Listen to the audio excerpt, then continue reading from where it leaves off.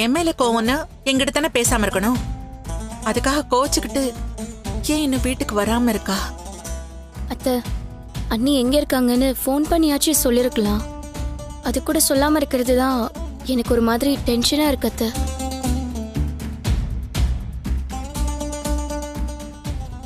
அருண்,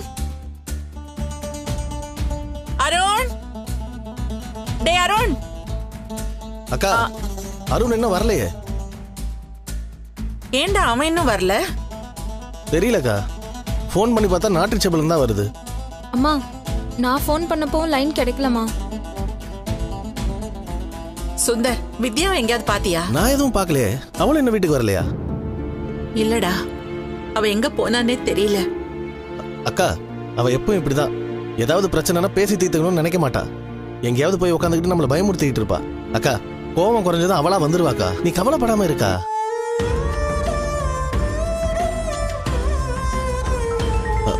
மேல என் போன் தான் அடிக்குது, நான் யாருன்னு பார்த்துட்டு வரேன்.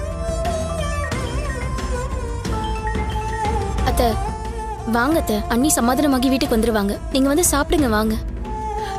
அம்மா வாங்கம்மா, சாப்பிட போலாம். இல்ல, அவ வரட்டும், அப்புறமா சாப்பிட்டுக்கிறேன்.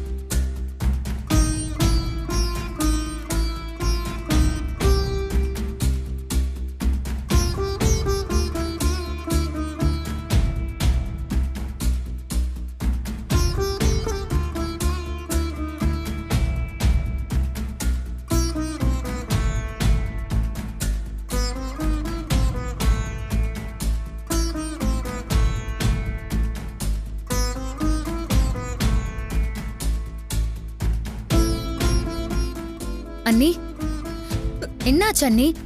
கீழே எல்லாரும் ஒரு மாதிரி டென்ஷனா டல்லா உட்காந்துருக்காங்க. ரஞ்சிதா, வித்யா இன்னும் வீட்டுக்கு வரல.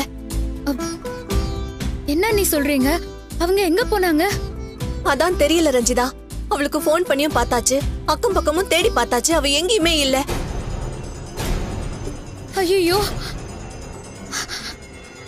என்னாச்சு ரஞ்சிதா? அண்ணி, என்னாலதான் வித்யா நீ இப்படி ஒரு முடிவு எடுத்துட்டாங்களோன்னு தோணுது. என்ன சொல்ற நீ?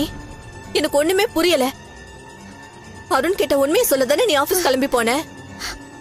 ஆமா அண்ணி, ஆனா நாங்க எதிர்பார்க்காம என்னென்னமோ நடந்துருச்சு.